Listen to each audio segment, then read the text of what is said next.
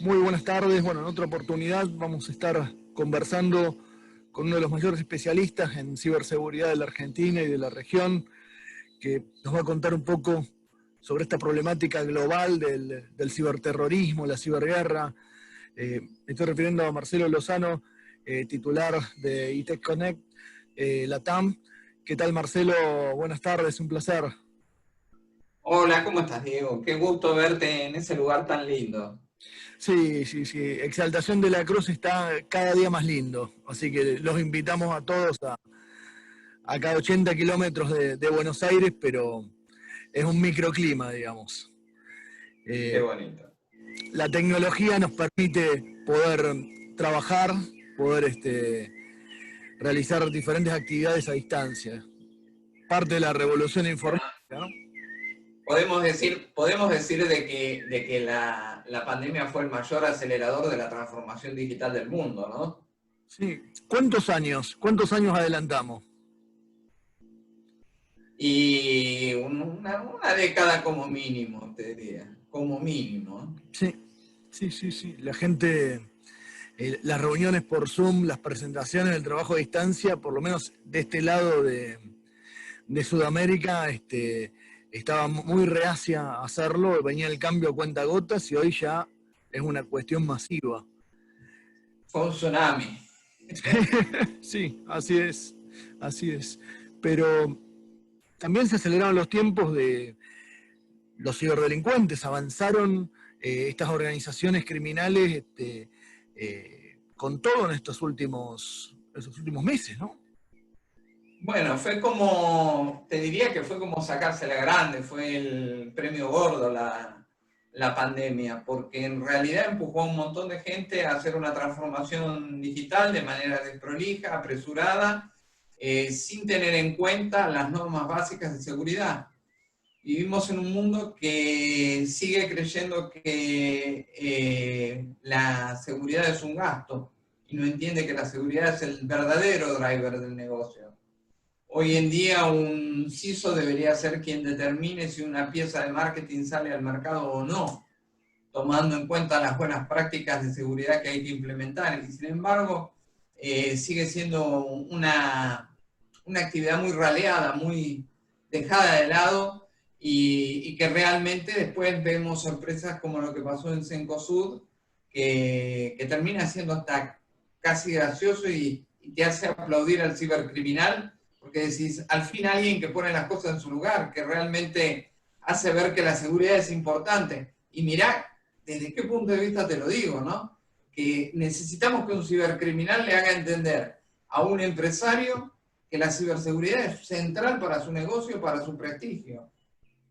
Sí, sí, sí. Hay muchas empresas, gobiernos han sido atacados en todo este tiempo. ¿Y qué se hace con esa información? ¿Qué hacen los delincuentes? ¿La utilizan para extorsionar?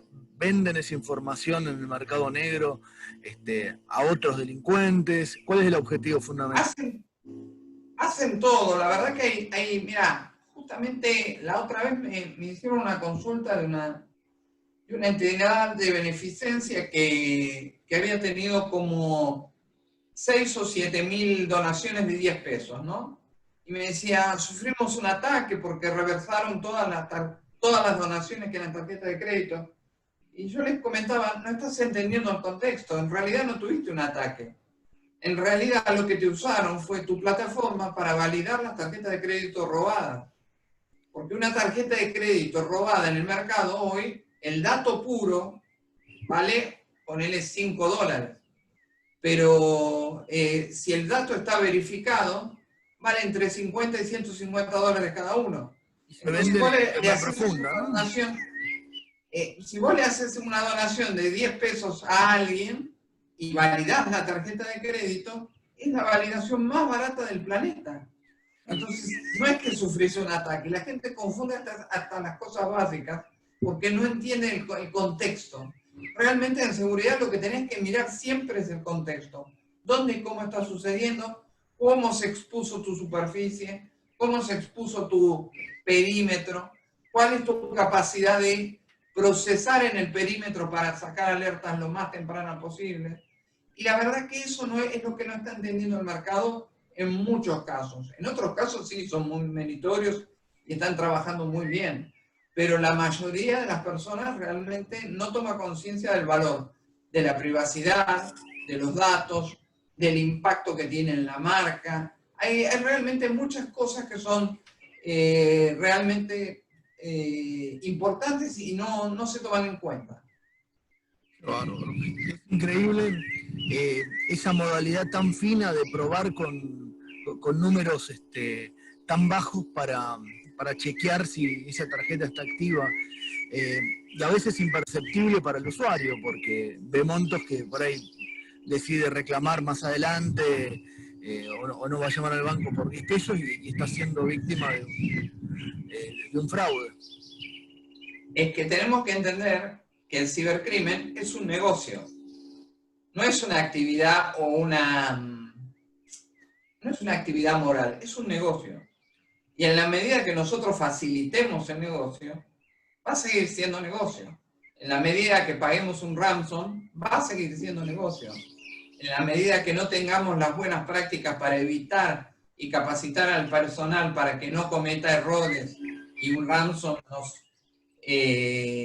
paralice la empresa, en la medida que no segmentemos nuestras redes para poder segmentar también, valga la redundancia, segmentar también el daño que pueda ocasionar un cibercriminal, y van a seguir ocurriendo este tipo de cosas. Lo que pasa es que somos duros de entender, duros de comprender el impacto que esto tiene en nuestra economía, en nuestra vida. Fíjate, hace un tiempo atrás una chica se sacó la vida porque el marido viralizó contenido sexual privado. Sí. No estamos hablando de tonterías. Ya cuando subís algo a internet es imposible de frenar, ¿no? Técnicamente es imposible eliminarlo por completo. Técnicamente sí. De hecho, cuando vos querés limpiar el pasado, normalmente lo que se hace es generar contenido bueno, no se borra el viejo. Hay una acción que dice como se dice. Exactamente, el 98% de la humanidad no pasa a la página 2 de Google. Entonces tenés que llevar todo el contenido bueno a la página 1 y la 2, bueno, tendrás un 2% en 7.000 millones. Sí, el buen uso de las altas tecnologías, en qué portales confiar, en cuáles no, yo creo parte de la asignatura pendiente en estos tiempos, porque realmente sí, confiar en todo. Porque genera una... Claro, pero es que precisamente la confianza generalizada en todo, el creer que la tecnología es buena, es un error conceptual. La tecnología no es ni buena ni mala, están las personas atrás que le dan un sentido. Y en eso necesitamos evangelizar muchísimo, trabajar muchísimo en educación, generar mucha información para compartir con las empresas en cuanto a buenas prácticas. Y creo que es mandatario generar, por ejemplo, para evitar, tanto en el área ciberterrorista como cibercriminal, empezar a tener el modelo de colaboración de los cibercriminales, empezar a copiarlos a ellos. Ellos colaboran entre sí, se comparten códigos, y nosotros, por pudor, no compartimos códigos de ataques que estamos teniendo, o no compartimos indicadores de compromiso de ataques que estamos teniendo para avisar y ser solidarios con nuestro entorno y decir, muchachos, miren, están atacando en esta zona geográfica con este tipo de vectores, prepárense de esta manera. Eso se hace para no mostrar fragilidad, ¿no? Algunas empresas no hacerlo para no mostrar fragilidad. Claro, pero precisamente es lo que hace falta es que entidades como la Asociación Argentina de Lucha contra el Cibercrimen puedan anonimizar ese tipo de amenazas y que puedan compartir información e indicadores de compromiso que permitan que las infraestructuras críticas en primer lugar, como los hospitales o las empresas eléctricas o las empresas de comunicaciones o hasta las mismas Fuerzas Armadas puedan defenderse. Hoy realmente si vos mirás y haces un paneo por los equipos de tecnología de las Fuerzas Armadas o de las Fuerzas de Seguridad, y el Estado es de paupérrimo para abajo, y los chicos hacen esfuerzos realmente comunales para tener un poquito de dignidad en cuanto a la función que cumplen.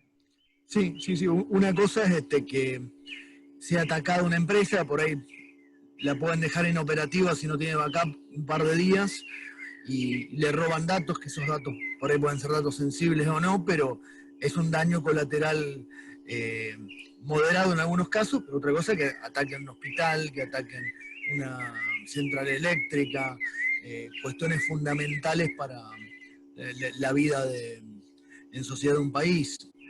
Los niveles de seguridad tienen que ir cambiando, ¿no? No es una cuestión fija, sino existe un dinamismo también en esas barreras.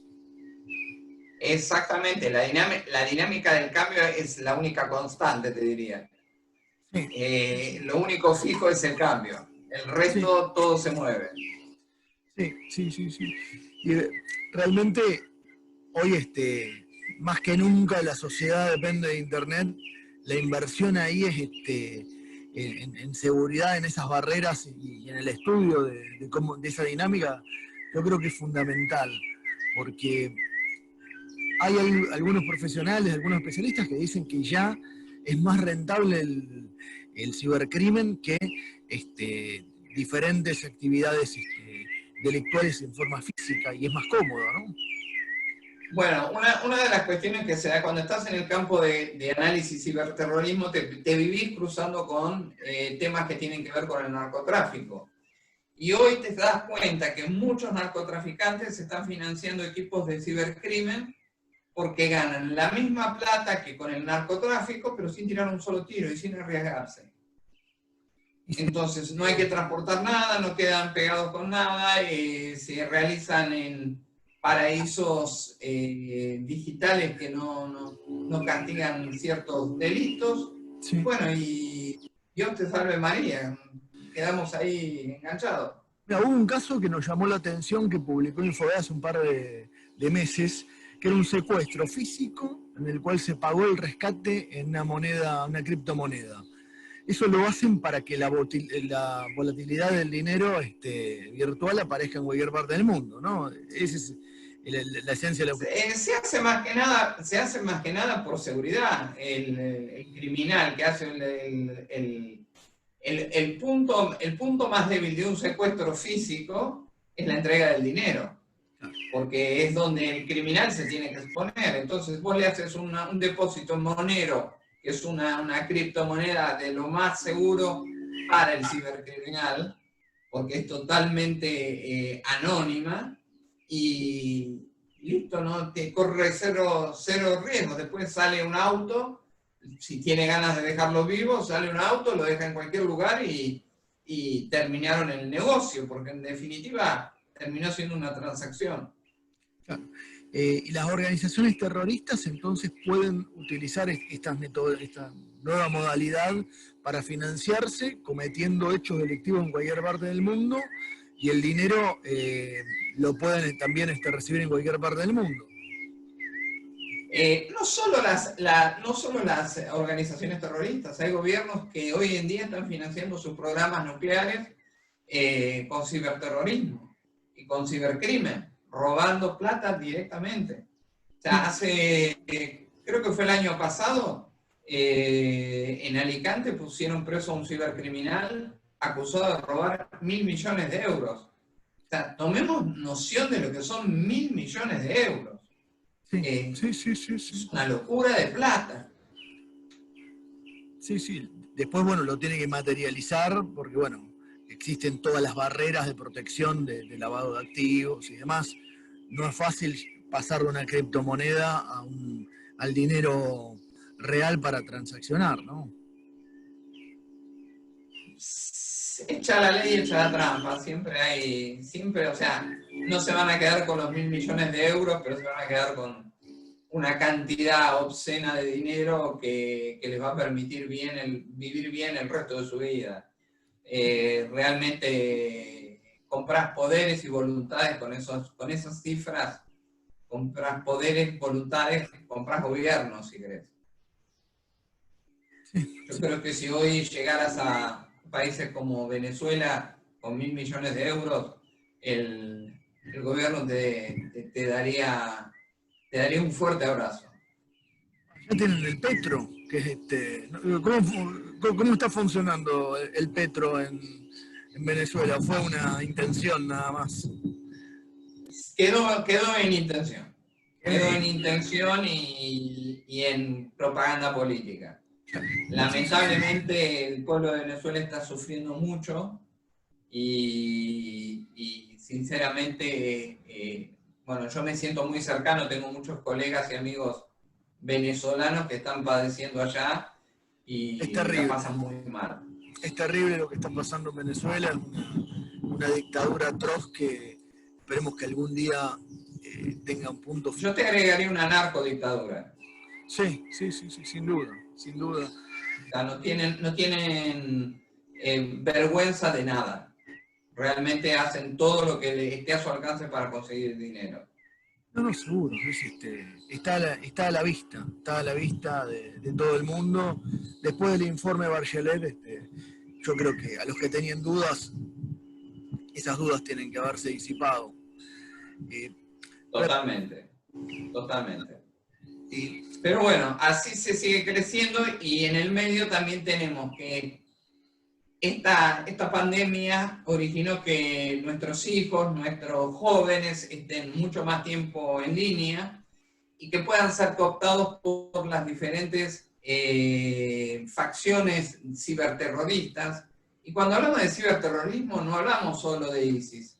Tenemos ciberterrorismo local, doméstico, que trabaja y que realmente es muy activo en las redes. Y cualquier joven, cualquier chico puede ser cooptado y puede realmente pasarla muy mal a manos de esta gente. Entonces hay que estar muy activos para poder resolver estos temas y actuar de manera rápida frente a cualquier tipo de abuso, ¿no? Sí, sí. Inclusive el ciberterrorismo, en el caso de ISIS, ya estaba captando a través de la red social tradicional, Twitter, Facebook. Tenía un ejército de personas que creaban perfiles, se los daban de baja, los volvían a subir. Hubo casos... Sí, nosotros hicimos un seguimiento de mucha de esa información y a lo largo de los años nos encontramos que esos perfiles no es que los dan de baja, los duermen. Entonces, de repente esos perfiles cobran vida 2, 3 años después y cobran vida 2, 3 meses y vuelven a desaparecer y trabajan de una manera muy sincronizada y generan reuniones multitudinarias en línea en donde, como decimos acá en Argentina, cada uno de los líderes baja línea a la tropa y eso realmente trabaja sobre... Te diría que terrible, ¿no? eso es una ofensa a la libertad occidental, por decirlo de alguna manera. Sí, sí, sí. Y en materia de seguridad, hoy hay varios ciberejércitos, cada ejército de cada país tiene su rama de ciberseguridad. ¿Cuáles son los principales países, los que están más avanzados en lo que es defensa cibernética? Porque la guerra Y yo te diría, empieza ahí, ¿no? sin duda el puesto número 1 se lo pelean día a día entre Israel y Rusia. Después viene Estados Unidos y después, no sé, en América Latina viene Chile, viene Colombia, viene Chile y nosotros viene Brasil y después venimos nosotros muy, muy atrás. ¿Europa? ¿En Europa? En Europa tenés mucho desarrollo en lo que es España, Alemania. Italia está muy atrasado, te digo que he tenido la oportunidad de hablar con gente de los servicios italianos y el nivel de información que tienen es similar al que tenemos en Argentina, no mucho más que nosotros. Francia hace unos años había creado una división muy importante, que le habían anunciado con bombos y platillos como una de las principales ciberejércitos de Europa. ¿En qué quedó eso? Creo que se llamaba Cali, ¿puede ser? Sí, pero el problema es que Francia compró mucha tecnología israelí, entonces siempre el nivel de dependencia es mandatario. O sea, Claro. tenés un desarrollo que vos empezás a hacer, pero siempre quien cerró la DLL es el que sabe qué es lo que está ocurriendo. O sea, cuando tu tecnología no es propietaria, vos no podés confiar al 100% en ella. Israel Y sería está, tonto hacerlo. está a la vanguardia de lo que es ciberdefensa. Digamos, está muy lejos del segundo, que sería Rusia en este caso, o están parejos. No te diría que Rusia es el segundo. Yo creo que día a día, con acciones alternativas, Israel y Rusia van peleando por el primer puesto en el día. Sí, sí. Ajá. O sea, los colocaría los dos como primero. Sería hasta una desprolijidad decirte que uno es primero y el otro es segundo. Sí, sí, sí, sí. Eh, pero la realidad es que son dos ejércitos muy picantes, los dos en el sentido cibernético, ¿no? O sea, los dos tienen mucho poder de penetración y de infiltración. Sí, y se habla tanto de China y Corea del Norte. El nivel de Corea del Norte de ciberejércitos, bueno, no son solamente de defensa, sino para atacar a potencias extranjeras. ¿Es tan potente como se dice? ¿O es parte del... No es, te voy a ser sincero, no es que es tan potente. La realidad es que el mundo es tan frágil. Es exactamente al revés. O sea, las herramientas que tienen las conocemos todos. Te diría que es muy difícil y siempre intentan hacer ataques de bandera falsa, escribiendo algunas palabras en ruso como para que quede pegado Rusia en todo esto, pero la verdad es que usan herramientas estándar o herramientas que se han robado a Estados Unidos, como Eternal Blue o algún tipo de juguete de eso, Sí, sí. y realmente encuentran un mundo totalmente abierto, totalmente desguarnecido, desprotegido, en donde la Claro, conciencia es lo que falta. yo estuve bastante lo que es libertad de expresión en Internet en Corea del Norte. Ellos habían arrancado con una especie de intranet y se les fue prácticamente incontrolable, pero permanentemente están no solamente controlando al puñado de personas que pueden tener un acceso, sino convocan sistemáticamente a ese ciberejército eh, interno de Corea del Norte. Eh, ¿Es por cantidad de gente trabajando con tecnología básica o es que tienen un sistema de innovación y laboratorios que van creando nuevas armas? No. La única innovación de ellos es robar. Es robar, simplemente. Son ladronzuelos Recaudan. con algo de conocimiento que fueron perfeccionando. Ajá. Y robar es todo, desde una tarjeta de crédito hasta innovación, hasta la fórmula intentar robar la fórmula de la vacuna del COVID. Todo es transable. Sí, sí, sí, sí. Ya no es una cuestión entre estados, sino es una cuestión financiera netamente. Te diría que las dos cosas. Es una cuestión de Estado porque hay geopolítica, pero también es una cuestión financiera. O sea, un programa nuclear hoy en día te sale mucho dinero y hay que robar mucho. Sí, De sí. hecho, donde trabaja el área donde se trabaja en la parte de cibercrimen en Corea del Norte ya está geolocalizada, ya se sabe dónde es, cómo Sí, trabajan. No es información secreta, es pública, te diría. sí, sí, sí, sí. Realmente es una dinámica, pero que cambia día a día, ¿no? Es algo que sorprende, pero forma parte de esta revolución informática, la parte negativa, ¿no? De la revolución informática, porque yo creo que tiene más beneficios que cuestiones negativas, pero hay que adaptarse a estas cuestiones. ¿Qué es lo más peligroso que ves de lo que denominamos ciberguerra? Y yo veo la desprotección que tenemos en infraestructuras críticas. Eso lo veo realmente peligroso. Hoy en día, pensa esto. Si hoy vos tomaras control de Itaipú, que no es una empresa imposible, y abrieras las esclusas de Itaipú, en 3 días tenés 2 metros de agua en el obelisco. Generás un daño ambiental, social. Harías un daño, y no te quiero decir el daño que harías camino al obelisco, ¿no? Claro, Desde Itaipú, antes barrería las, con todas las represas que están atrás. claro, antes las hipótesis de conflicto era un bombardeo a una represa. Hoy ya estamos hablando de, a través de internet, abrir las esclusas e inundar.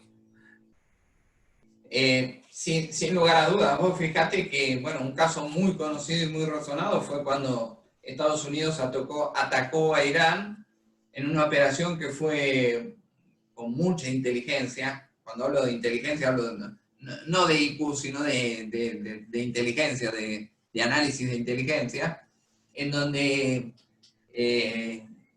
tuvieran acceso al tipo de máquinas de computadoras que compraba Irán para sus científicos. En base a eso, vulneraron la empresa de tarjetas de video que incluían esas computadoras, y adentro de la tarjeta de video metieron un virus que lo que hacía era que las mezcladoras de agua pesada dieran media vuelta menos de lo que hacía falta.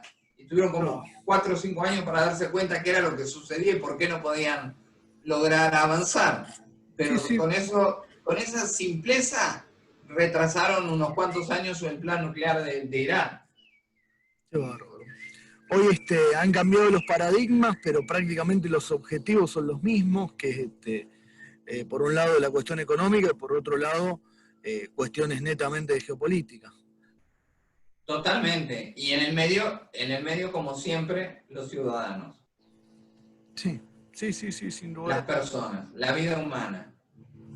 Yo te digo la verdad, cuando arrancó esta pandemia tenía una clara esperanza hacia un renacer del humanismo.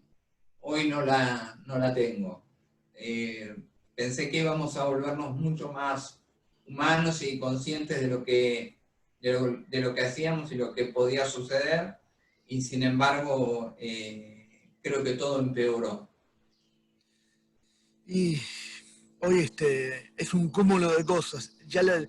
Podemos decir que las fronteras con esta conectividad plena o dependencia casi absoluta de gran parte de la población de Internet, casi no hay fronteras y se mezcla todo. Pero Exactamente, no hay fronteras, directamente se borraron. sí, Y si no entendés el mundo así, no estás entendiendo el mundo. sí, sí, sí, sí, sí, sí.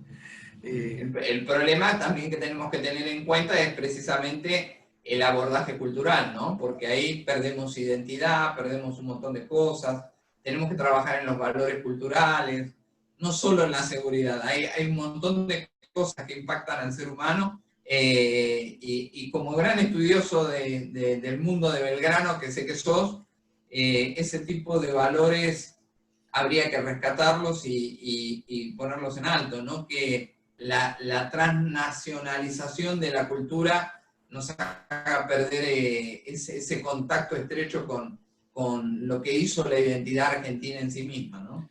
Seguro, seguro. Belgrano fue, yo creo que el prócer, el padre de la patria más visionario que ha tenido la Argentina, y todo su Sin legado duda. económico, social, político, industrial. Bueno, él fue un gran periodista también. Y me quiero decir En la libertad y en la educación. Sin educación no hay forma de progresar en absoluto. Queda un pueblo subsumido a la esclavitud económica e intelectual. Eso vale hace 200 años y vale por lo que está pasando ahora. Hoy, si no. y va a valer dentro de 200 años también, ¿eh? No Exactamente. te olvides que la economía del conocimiento dice que la riqueza de un país no es la plata que tienen en el Banco Central, sino la suma del IQ de todos los ciudadanos que tenés adentro de la República. Y cuanto Exactamente. más poco educados sean, más maleables van a ser. Exactamente. Hay mucho para hablar, pero también en este tema de tecnología y el avance de esa relación tan profunda que está teniendo la sociedad con la tecnología, la educación es la base fundamental para prevenir también. Hay muchos delitos que podrían prevenirse. Pero desde ya te agradezco muchísimo esta charla y bueno, vamos a seguir con otros temas porque es una fuente inagotable, Internet, y hay noticias e información para analizar y reflexionar todos los días. Así que Marcelo, muchísimas gracias y bueno, estamos... No, gracias a vos, tengo tus órdenes cuando quieras. Un abrazo, ¿eh? Chao, hasta luego. Chao, chao.